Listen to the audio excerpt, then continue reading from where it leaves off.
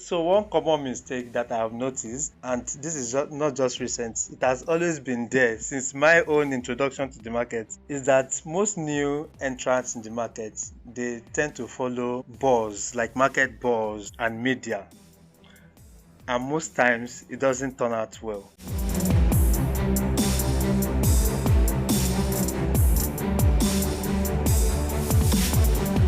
Hello, welcome to the Nigerian Investors Podcast, the unofficial podcast that tracks and reports on the activities of the Nigerian boss. My name is Moody, and with my colleague Aye, we will be hosting this podcast. TNI Podcast is dedicated to stimulating a renewed enthusiasm among the general population with regard to the activities of the Nigerian Stock Exchange. Ultimately, the goal of TNI is to see that many Nigerians from all walks of life, both at home and in the diasporas, become active participants on the floor of the Nigerian Stock Exchange. Before we go further, we would like to place on record TNI Podcast is solely for educational purposes and not a replacement for professional financial advice. Let's begin.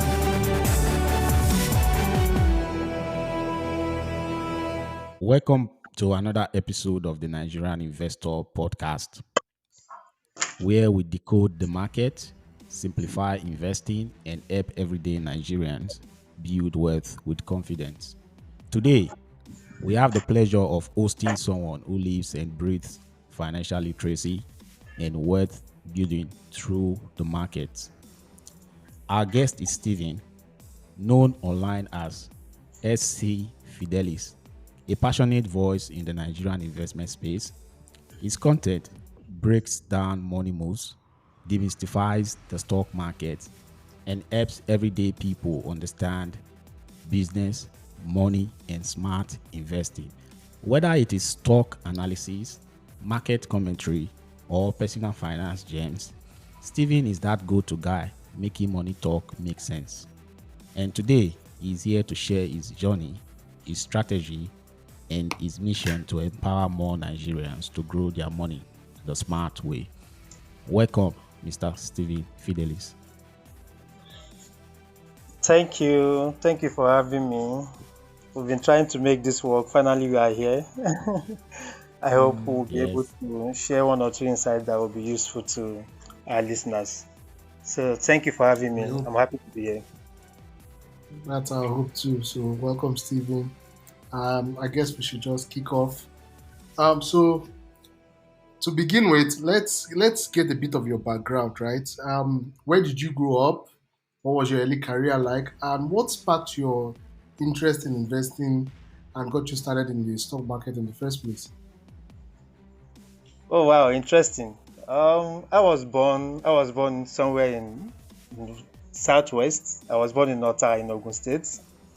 Primary and secondary school was in Ogun State, and then I went to the university in Imo State. That's Federal University of Technology, Owerri, where I actually studied finance. Um, Upon graduation, I served here in Lagos and then completed my ICANN qualification. I worked in a couple of places, but largely within the manufacturing sector and then in financial services. Financial services includes consumer finance industry, and then the last couple of years I've been in the capital markets, and that covers both the brokerage services and then the asset management bits of capital markets. That's in terms of professional responsibilities. In terms of personal investment activities, well, my contact with the stock market has been a while, right from my undergraduate days. That was the time when IPOs were flying up and down. That was when we had the major banking recapitalization under the Charles Soludo era as CBN governor. So that was my first introduction to the capital markets. Interesting. So, what was that time like, right? That time when you entered the stock market, what was your first investment experience like? Was it a success or was it a failure? Did you succeed in your first investment, or did you learn some lessons or pay school fees, as we always say? Oh yeah, it was both, It was both. That era was for most Nigerians of my age grade. I think that was our first induction in the market. So that was where we really got to know about the market. Aside the fact that I was studying finance, which some of those things I've seen them in the textbooks, how they work, but that was our practical induction to the market. That era was when we saw GTB list, Zenith Bank list, Oceanic Bank, Intercontinental, all of them listed that era. Of course, we had some of the not too good experiences, like the dark communication also came to the market around that period, and then it turns out to be one of those experiences where you paid school fees, like you have said. Um, I still have the prospectus of that offer. I mean, the dark communication offer. I still have it, and I keep it for academic reasons and also for lessons. One thing I learned from that experience, if I may, was that you know I'm someone who tracks. I track things a lot, and every now and then I come back to that perspective to say, how is it possible for a listed company to say I will do XYZ from process of a public offer, and that never happens? That never happened. Till date, that never happened. Anytime I look at that offer document, I keep asking myself, this thing is something that should never happen in the history of the capital market in Nigeria again. So that's, for me, it's something that I keep coming back to. So I think it should not happen again in the history of the capital market, that a company will come to the market and say, I'm raising funds to do XYZ, and they only end up doing X and Y, and Z never happened. So that should not happen again. If it happens now again, I think it's something that we all should it's something that we should take up legally, and drag all the regulators to the matter, and let's resolve that once and for all. That's interesting. Well, from your experience, I think most people also have this experience as well, with these IPOs. And funny enough, these days we don't have IPOs anymore. They mostly list by introduction. I think that also, to some extent, just limits the number of people that are exposed to these companies when they come in, at least just for the active participants in the stock I agree with market. you. I totally agree Yeah, with you. yeah. So it seems you're an old timer, because if you since you're mentioning Intercontinental Bank, those are banks that have already gone down the drain. So yeah, that's an old timer we have here today. So the next question we want to ask, I know you've touched a little bit on it quite in your last response, but the next question is about mistakes and the lesson learned. So every investor they make mistake. Some of your mistakes, you still have the prospectus to that communication. Uh, so what did you learn from that? Moving on. So I think one key lesson for me, and it's also something that a mentor, keeps mentioning, is that we should all be humble, regardless of what you think you know. You should all be humble, and because of that, you should also apply risk management. No matter how you think you found a gem, make sure you are not investing neck deep, so that if anything goes wrong, it crumbles you.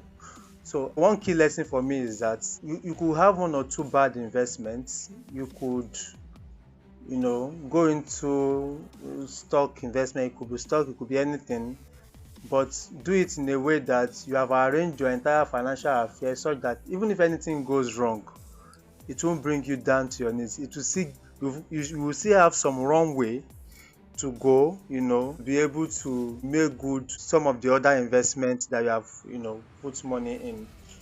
But if if you arrange your affairs such that one mistake can bring you down to your knees, then you need to have a second look at your entire financial setup. So that was one thing I learned from that experience, that yes, no matter how much you think a company will deliver, because at the time, if you flash back as far back as early early 2000, when this IPO happened, at the time the media industry was not as it currently is. As a matter of fact, that communications was Nigeria's premier private media broadcast house, you know. Yes. So they happened, I think they came into existence in the 90s, I think 93, 94 or thereabouts. And then fast forward to early 2000, I think that offer happened in 2008. They did that IPO and they had a lot of prospects, you know. So you could look at the plan that they had, even by looking at that offer document, to say, these guys have a good plan. Let me buy a piece of the cake.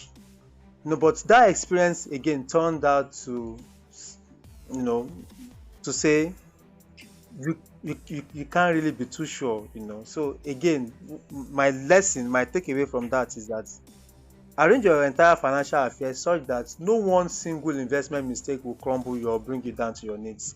And that's one of the things I tell people around me, you know. So that's one lesson from that experience. Interesting. That's very interesting. So does this lesson that you've learned, does it shape the way you select stocks and the way you exit from your position that you've taken in the stock market? Absolutely, absolutely. So for me, I have grown to the point that I actually don't buy public offers. I don't buy public offers. I don't buy, whether you call it public offer, whether you call it IPO, I don't buy. So my position is let the company list. As a matter of fact, even the best, what I think is the best IPO that happened in the Nigerian market, I didn't buy, which was MTN. You know, I didn't buy the IPO when it happened. So my position now is let the private company come into the market, list, let it come and list on the market. Let us see how it is performing, and then let me evaluate it, you know, maybe after several quarters or a year or two of listing, and then make a decision. I'm not too rigid about the timeline. What I'm rigid about is that I don't want to be quick into buying a company that I'm not too sure about, you know, right? So that's my position, you know, when it comes to things like that. That's very interesting. I think that also follows up with an advice we usually give young investors on this platform, that information is what really helps you understand what a good investment is and what isn't, right? Because you might have heard about some companies, right, that are not publicly listed yet. You might have heard about them. They seem to have a very strong brand presence, but you don't know how they're performing financially, right? And like you just said,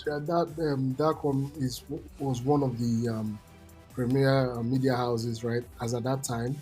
Now Mhm. times have changed, right? What we are seeing today now is we have social media, we have streaming platforms. So times have changed so much that companies have to adapt. So it's very, very important that before a company lists on the market, you have as much information, right? Some people always have the opportunity to have some information on a company even before they list on the market, right? But for most investors, you're probably not going to have that information unless until the company finally lists and has been on the market for some time. I think it was even Warren Buffett that said he prefers to buy companies that have been on the market for quite some time, so that he has Mhm. enough information to estimate and guide them. So it's a very important lesson for young Yes. investors. So We're not saying don't buy public offers, please. We are just saying in everything you do, try as much as possible to have as much information. Like you said, MTN's IPO was a very, very successful one. I remember that very well. It was a very, very successful IPO. Yeah, but and we know MTN is a very strong brand, the leading brand in telecommunication in Nigeria. But the advice still stands. It's always good to, as a rule of thumb, it's always good to go with information ahead of you. So moving on, what are the criteria that you use to evaluate any potential investments before you make them, right? And then how do you then decide to when it's time to exit an investment, right? Or are there any red flags you look out for in an investment to determine whether it's the right fit, or you've invested already and then it's time for you to exit? What are the things you look out for to buy into a company, basically, and what are the things you look out for to exit a company? Yeah. Okay, that's like a jam-packed question. Okay, so I'll Let's try take it bit to by bit. So yeah, I'll you try can to start unpack with. it. I'll try to unpack it bit by bit. So, what criteria do I consider in making buying decisions? First, I am someone who is very, very aligned to my environment. By environment, I mean the operating environment, which is Nigeria at large. So I understand how Nigeria economy works. The macroeconomic situation of Nigeria is such that there are always fluctuations, there are always some sort of uncertainties, and all of that. I look at sectors where those things don't have major impacts on those sectors, right? Or rather, those sectors inherently have some kind of advantage, such that even when the economy is not performing too well, it's not affecting them significantly, or they have a way of coping very well with those macro headwinds, right? So based on this, financial services generally comes under this bucket. What I found is that regardless of what is happening in Nigeria, whether the economy is doing well or not, you know, that sector seems to know how to continue doing well, especially the market leaders and maybe the challengers in those sectors. Whether it's core banking, whether it's the investment banking firms, whether it's this other company, TSC. Financial services generally tends to do a bit more, because even if the economy is not doing well, government is either raising bonds in order to finance its budgets. So the financial services industry will still make money out of those deals. If the naira is devaluing, financial services industry, benefit from devaluation. All of this makes financial services more like very critical to the markets, right? So that's one criteria I look at, sectors that, regardless of the state of the economy, will still do relatively well. Then secondly, I consider services much more than manufacturing or industrials. For example, if you look at MTN, even though the FX situation in the last couple of years dealt with them, you will still realize that services deal better with our type of economy, right? Because all they need to do is have their setups. When you look at services, this is not a financial advice actually, but when you look at services, you can actually pick out a couple of good services companies who perform relatively well. Because the thing is, for industrials, they sweat a whole lot more to make money compared to the services, whether it's financial services or the regular services. Then I also look at impact of logistics on companies. I look at that criteria too. So I'm a bit cautious because of the state of infrastructure and all of that. When a company heavily depends on logistics to make money. So I look at all of those criteria in making decisions. Then I also look at companies that produces or that sells items, whether tangible or intangible. It could even be commodity like the oil and gas, that are germane to the Nigerian economy. For example, the oil and gas company, no matter the headwind they are facing, the minders of the Nigerian economy will ensure that they do well and produce outputs, because the Nigerian economy is strongly linked to crude production and all of that. So I look at all of these criteria, in making decisions.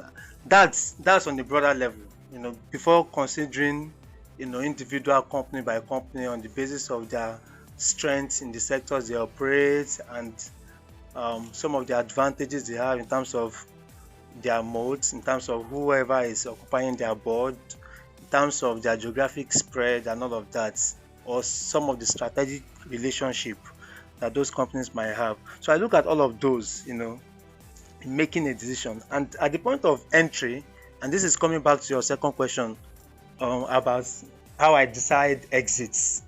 So at the point of entry, I like to enter, stocks at prices that makes the upside almost a guarantee. And what does that mean really? It means that I'm entering at good prices. Entering at good prices means that you're buying a stock today at a valuation that is very good. I think the valuation you are entering, it's you're not buying it. In a nutshell, I'm just saying that you're not buying it at a price that it's at an overvalued price. And so what that means is that at your entry price, you probably have a lot of leeway to go.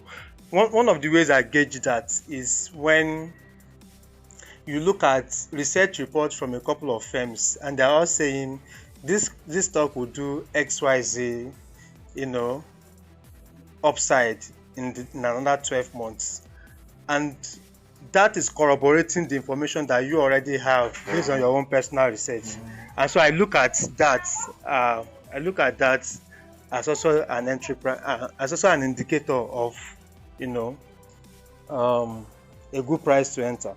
And then how do I exit? At that point of entry, I'm also telling myself, what profit margin am I looking at, and what time horizon? Mostly nowadays, I don't even bother so much about time horizon because I buy stocks that I'm ready to hold for the next 3 to 5 years.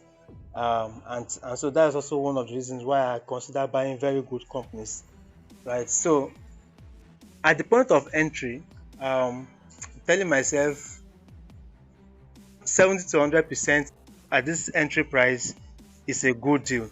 So you look at that profit target, usually a range, for me, usually a range, and say if I see XYZ percentage, I'll take it. If I want to exit, I take it. If I don't want to exit, I keep it, for the longer time that I'm buying. So that's how I juggle some of those things that you have asked. That's a good one. That was a lot to unpack, and I understand the nature of the question, but it's interesting. So, what do you think are the most common mistakes that new investors make when they are just joining the market, right? Given your criteria and the things you look at for in companies when you're about to invest, what are the common mistakes that you notice that early investors tend to make when they're about to enter the stock market? And what will be your best lessons for new investors so that they can always position themselves well when they're about to start their investment journey? So one common mistake that I have noticed, and this is not just recent, it has always been there since my own introduction to the market, is that most new entrants in the market, they tend to follow buzz, like market buzz and media.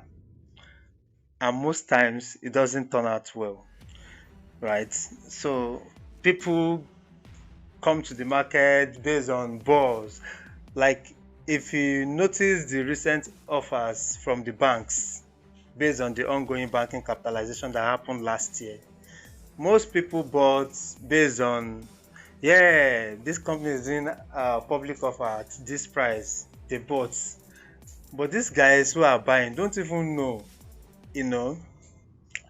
how the market works. And this is not to say for them not to buy. It's good that they have bought. But beyond buying, what have you done to upskill? Now they are paying dividend. You don't even know. You are going to the bank to complain about dividend. You don't know that the dividend is being paid by registrars. You don't even know the registrar of the company that you've bought. You don't know whether you even qualify or not. So yes, it's good that you hear about activities in the market and you want to participate. A good way to start is also to ask people, this thing, how does it work? Or learn, or reach out, or listen to podcasts, to understand how the market works. So one common mistake is that people get introduced, and it's not a fault of theirs really, because offers will always be marketed and all of that. But yes, when you hear about the offer, you inquire how the market works and all of that. So that is one common mistake that I have noticed. It has always been there even since the era of the early 2000 and all of that. It has always been there. People come to the market based on comms, media communication and all of that. And sometimes they even buy into wrong companies. And I know people who will tell you that I bought this company XYZ when they did XYZ offer and it didn't turn out well, because all you did was to buy based on marketing communication. No prior knowledge, no information about the company you are buying. You don't even know what they do and all of that. This is one mistake that I see happen every now and then, and I think that it is even why the effort on financial literacy should be amplified, so that people can know how things work within the capital market space, and they can actually do a lot more better. Because the whole idea is to have more people participate in the market, but when they are first touch with the market leads to a very bad experience. It tends to kill the vibe for them to even continue to participate. So this is one mistake I've noticed. Yeah.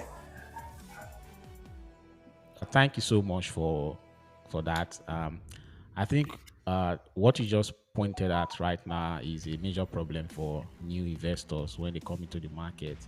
I think everything stems down to the culture in Nigeria, whereby we promote quick wealth, overnight wealth, because of what most people they see on the social media, where people flash money, flashy cars, and how they spend money overnight.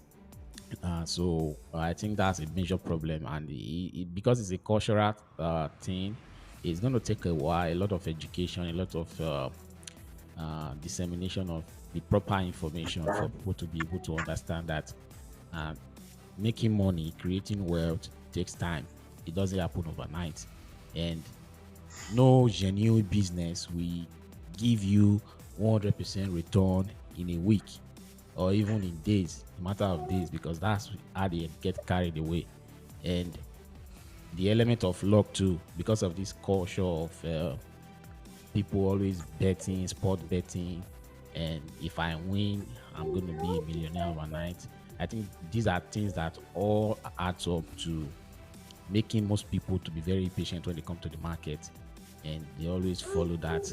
And once they have negative experience, they tend to run away, which is something that we're trying to make sure that people that come into the market, they get the understanding, the basic understanding, and they learn why they invest. That's the best way to go about it, and that's the essence of what we are doing, and that's one of the reasons why we're having this conversation today, so that whoever that is going to listen, that is new to the system, to the market, will learn from those in the industry players, in order for them to become better investors and to be able to get something meaningful out of the capital market in Nigeria. Now, the next question we're going to ask you is, are there any books or resources that have significantly influenced your investing journey? Oh wow. I have read a couple. For some of them I can't remember their titles, but looking at my bookshelf, there are a couple of them here. That's okay. So for example, The New Buffettology by Mary Buffett and David Clark. You recall that Mary Buffett is Warren Buffett's daughter-in-law. In this book, she wrote about Buffett's style of investing and all of that. There are other couple of books I have read about Warren Buffett's style of investing and all of that. But I'm not sure I can remember all of those titles now. But one other book, this is not really a book about the stock market. It's a book about business itself. It's Built to Last by Jim Collins. And I think there's a sequel to this. There's Good to Great, and then there's Built to Last. I have read those two books, and this is a book that will help you understand how good companies are built. The whole thing we do on the stock market is buying shares and shares of companies. So first of all, you want to understand how, what makes a good company, the elements of a good company and all of that. So Built to Last is one book that anyone who wants to understand business and all of that should read. Um, there's also one other book, How to Make Money in Stocks, um, by William O'Neill. One Up on Wall Street by Peter Lynch. There are a couple of them. There are a couple of them. You can't exhaust the literatures on stock market investing. But the thing is, as you read those books, you listen to those authors, you pick one or two things that resonate with you and see how you can apply it in your own market. Most of these books are foreign books, but context matters, as to how you apply those principles in your own market. But Built to Last is something that's just about business in its entirety. So it's a book that I would recommend to everyone to read, everyone who wants to, who interacts with companies generally, whether as owner or as a business manager and all of that. Um, so yeah, those are a couple of books that I have read. For personal finance, I also read a couple of books by Robert Kiyosaki, Peter Drucker, and all of that. So yeah, I think I have done justice to the question. You've done justice to that question indeed. And I like what you said about context matters, right? Because this is a common saying, even in the platform where we are, right? That the Nigerian stock market is a unique animal to itself, right? So you need to approach the market with the context of Nigeria in mind, because as much as these foreign books can give you a lot of insights, a lot of background and foundational information on how to go about picking quality stocks, you still need to factor in the Nigerian uniqueness into the equation. Otherwise, you might just find that you are actually buying companies that might be undervalued but might not necessarily be going anywhere, right? So it's something that we encourage young investors to think about when they're approaching the market, because you need to think about the context with which the market, the Nigerian stock market, is different from other stock markets.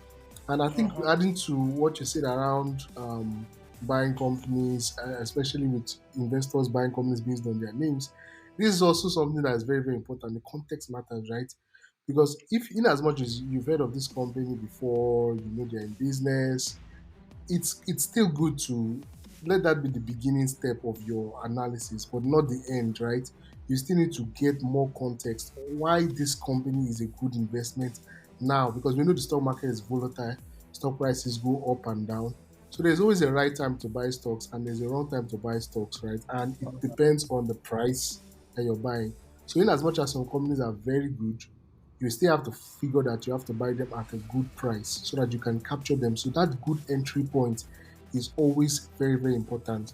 So I like what you said about books and quality of information that you have to read. Moody, any comments? Yes. So, like, from all the books that he just mentioned to us now, I think this is someone that has read far and wide, and it's something that our listeners could benefit from, because the culture of reading is dead. Gone are the days where we used to walk down to the library, public library, to read newspaper, the dailies. These days, because of the advent of internet, most people, they rather prefer to be entertained than for them to read. Reading used to be a very good leisure for most people, but these days it's not like that. But from what he has said, the list of books that he has read, any serious investor, anyone that is looking to really develop the skills of investing in the Nigerian stock market, or not just Nigerian stock market, but if you're looking to develop yourself, self-development, I think you should take a peek at one of these books that he just mentioned. Remember, when we talk about compound interest, it's not just compounding your money. You can compound anything in your life, reading, learning, becoming better. Everything compounds when you keep Yeah. on repeating what you're supposed to do. So reading broadens your horizon. It exposes you to so many new development that you can further use to develop yourself. So yeah, it's a wonderful take on that. And just a quick follow up on Mr. Steven rather. Do you follow any mentors or thought leaders or frameworks that have guided your success apart from reading books? Wow. Well, I think the mentors I follow them through the pages of the books they've written. But there's this Nigerian. Um, I I read about his adventure in the capital markets. He was so invested in the Nigerian capital markets prior to the crash, the 0809 global financial meltdown. And he granted an interview. I think much later. It was a very lengthy interview. I probably will look for that interview and share. Um, where he mentioned that he lost about 5 billion in the market when the market crashed. Basically because he was buying penny stocks and he was also doing private placements. And that crash was a heavy one on him. But as at the time he was granting that interview, he has recovered a bit of some of his losses, and I think he's now playing the market with a different strategy based on what he said in those interviews. So that's the only Nigerian example that I would say someone who plays in our markets. I have picked a thing or two, from what he did right and what he did that are not too good that we can learn from. But most of the other most of the other persons that I follow, of course, Warren Buffett and his annual letter to the investor is something that I will encourage everybody to always look for and read. If you go to the website of Berkshire Hathaway, that's the company owned by Warren Buffett, you will see those letters as far back as you want. Just dig through those letters and read. Sometimes the things he says in those letters, you'll find local companies with those kind of characteristics, with those kind of traits. You know, um, Again, like I mentioned before, context matters. So you look for those things and then contextualize it. Put it in perspective with respect to the environment, our own local environment, and those things will guide you. So basically, to summarize, the mentors that I follow are people I follow through the pages of books and maybe, you know, um, newsletters or letters to shareholders in the case of Warren Buffett, and maybe a few local examples that exist. And of course, I also have these platforms that I belong to, about two different platforms like that, where we just talk about the entire Nigerian market at length. Some of those platforms are as old as 5 to 7 years now. All that happens on those platforms are just discussions around the capital markets, and a lot of them are quality discussions because you have on those platforms people who have been investing for a very long time in the Nigerian capital market. Some of them have been in this market since the early 90s, when it was not even as good, as robust as it is currently. So you can have people share first-hand experience with you on those platforms, and these are things that I encourage everybody to take advantage of. When you see people who have been in the market for long, who can tell you that this person on this board, you know, gives a negative signal, and you cannot doubt it because he can point to one or two companies that these persons have been involved in, and he can tell you the outcomes. So those kind of things will also help. It's also a point of direction. So I think that's a bit of what I would say in terms of the people who have influenced my journey and also shaped my experience. Yeah, thank you so much for that. So basically, in Nigeria, the breadth of the market is not as huge as the one that we have in the US, and because of that, most people that have been on this podcast, they usually tell us that they don't really have any mentor in the Nigerian stock market, but they have, like what you just said, on the pages of books, people they follow on social media, they borrow one or two leaves from them. That being said, reflecting on the Nigerian market, how has the stock exchange evolved over the decades? Because you've been in the market for a very long time, since the early 2000s. So you'll be in a better position to really tell us how the market has evolved over the years and what are the unique opportunities or the challenges you think the Nigerian market presents compared to others. Thank you for that question. So, I think the market is growing, and I am largely positive about the market than negative. That's why sometimes when people raise issues, I'm like, you need to experience this market when the settlement cycle was T plus 7. Now it's T plus 3, and the exchange is making move to go to T plus 1, if not T plus 0, right? That's a positive, right? We are currently T plus 3. You trade, and in 3 days time your funds get settled. And if you have opted for direct cash settlement, that's when the money comes to you. But if you have not opted for direct cash settlement, when you trade, the money is in your account with your broker, and you can use it to buy shares if you want to, and all of that. So the market has really improved. In the 90s, it used to be T plus 14. The clearing cycle was T plus 14. It changed in 2000. Yes.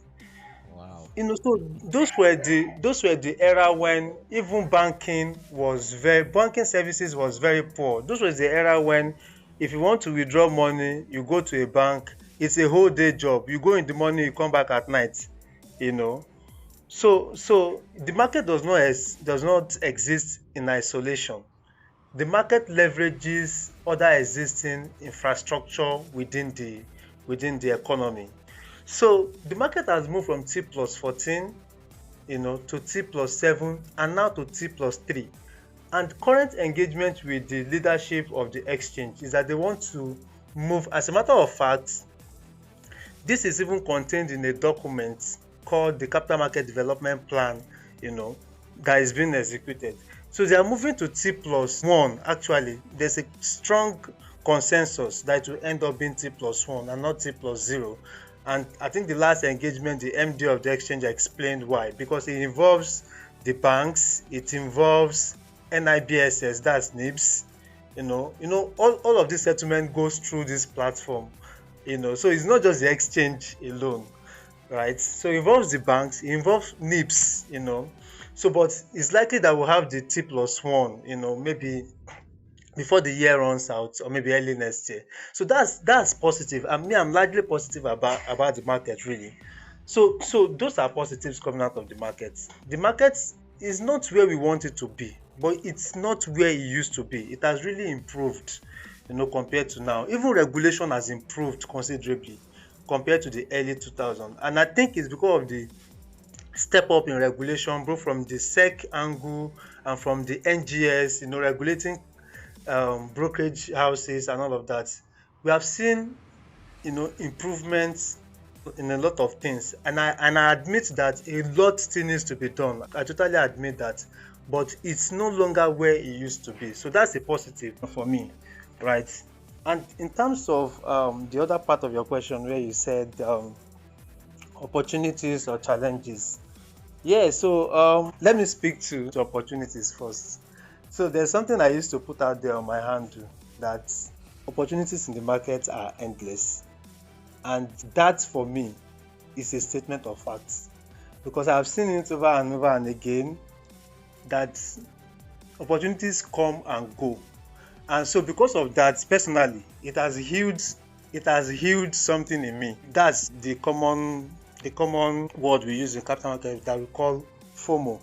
That's fear of missing out.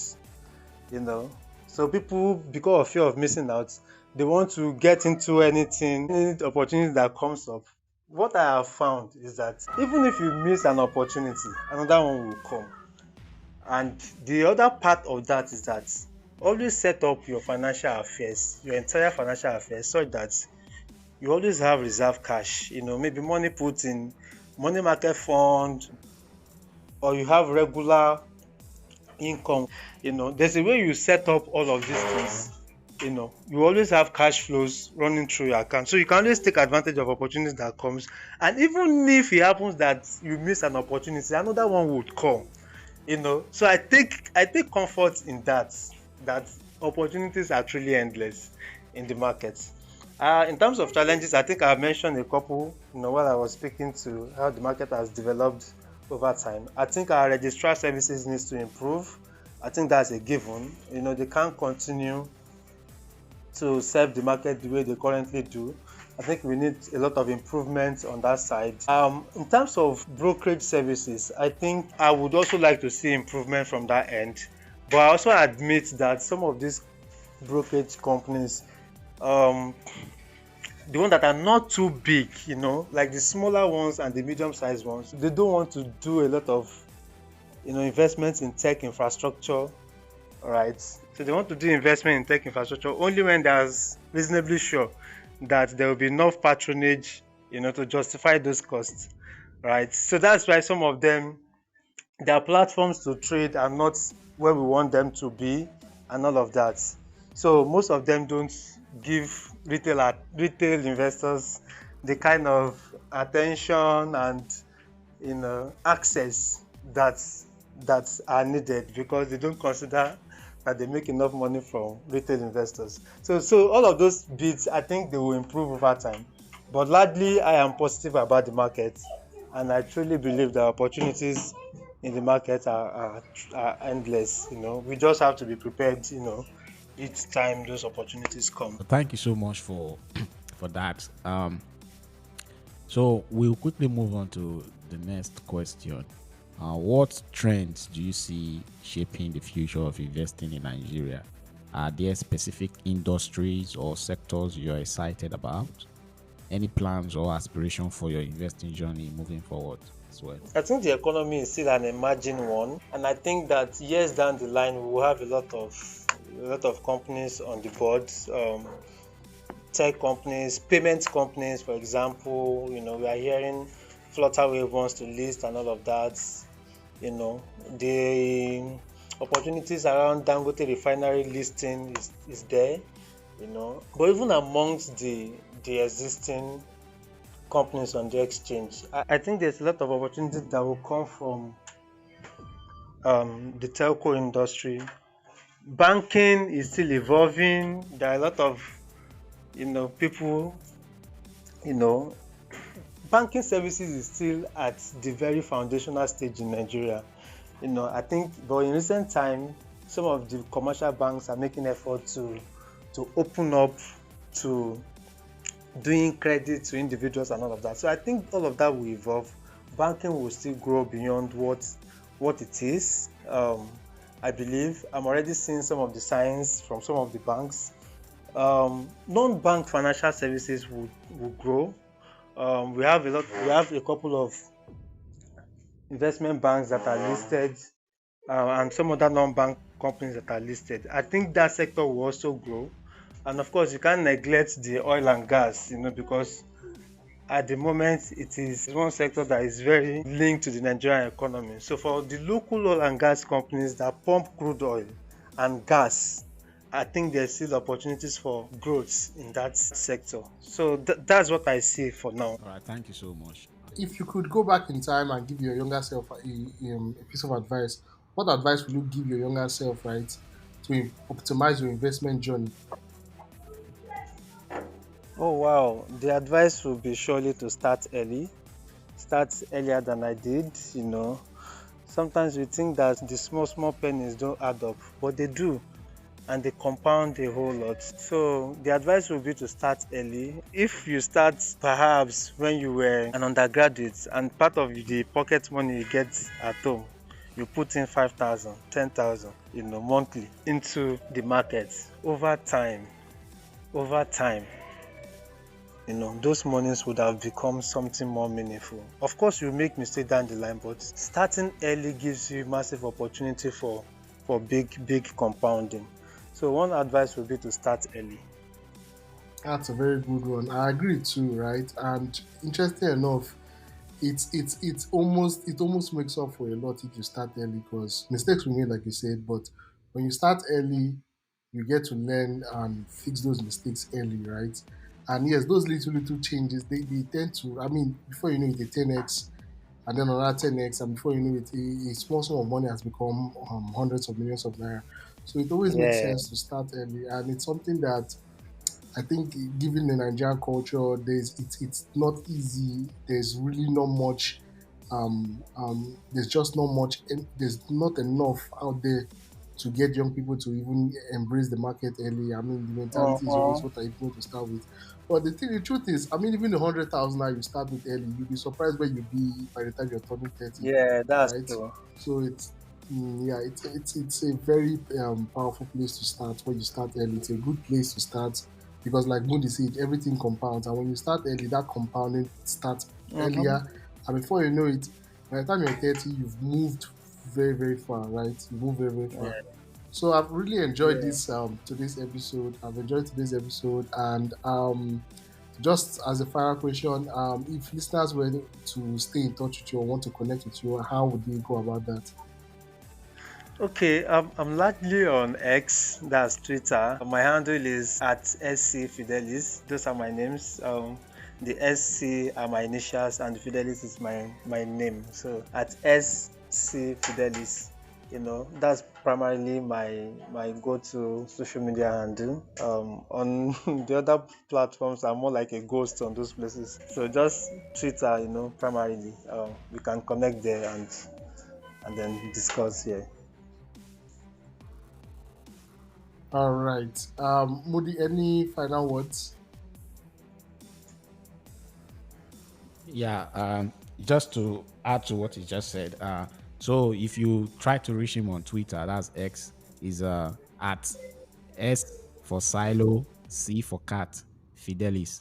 They are all together. That's if you just type that on your Twitter search button, you'll be able to find him there. And he tweets regularly, so it's not going to be difficult for you to reach out to. And I believe you're going to benefit from his tweets. They are very powerful and they pass a very strong message across that will help better your life. So that's all for me from now. So let me quickly summarize. So today's episode has been a very interesting one. I think my two biggest takeaway from today's lesson is, for one, always invest with context in mind. Context makes a huge difference. Don't just jump into any company you see on the market. There are a lot of good companies on the market, but the price, your entry point matters a lot. And yes, there's a lot of resources out there. There are books you can read, there are mentors you can follow, there are platforms you can follow. But always remember that the Nigerian stock market is a unique animal. I mean, this is something that's become an anthem right now for us for a while now. Like we keep saying this, like the Nigerian market is unique in its own way. So keep that in mind and use that context to approach the market, right? Another big one that I think is a very important one for our listeners is, it's always a good idea to start early. And I think that's also a very big one that we've taken away from today's session. Stephen, it's been lovely meeting you today, sharing your insights with our listeners. And I think a lot of our listeners are going to gain a lot from today's session and use it to basically position themselves well. If for anything, for those who have not even started, today's episode is a very good encouragement for you to start early, right? So, Modi, any final words? Yeah, thank you so much, Aye. Special shout out to Steven for taking out time, your busy schedule to be with us here today to share your thoughts, your experience with our listeners. And like I said, well, there are so many takeaways from your chats today with us. And one of the most memorable one that I can recall is that when you jump into new companies that comes into the stock market, you should be better prepared for whatever outcome you get, judging from your own experience too. So you tend to want to wait for some time when their financials become available to the public to scrutinize, because a new company, previously private company, becoming a public company through listing on the exchange, you don't really have much information about them other than what they tell you. But by the time they start releasing their financial reports, a good investor should be able to look through their financial report and see what's going on with the company for you to be able to know if it's something that you'll be able to invest in. So that's a very good one. And I hope our listeners will really take that to heart and practice that as well. Because at the end of the day, the essence of every one of us coming into the market is to make profit, is to make money, is to build wealth. And we can't thank Mr. Steven enough for taking out his time to share these nuggets with us and with our listeners. Thank you so much. And we hope next time when we call on you, you will respond positively to us. Thank you so much. Yeah, thank you for having me. We can always have another opportunity in another section. Thank you. I appreciate your time and everything.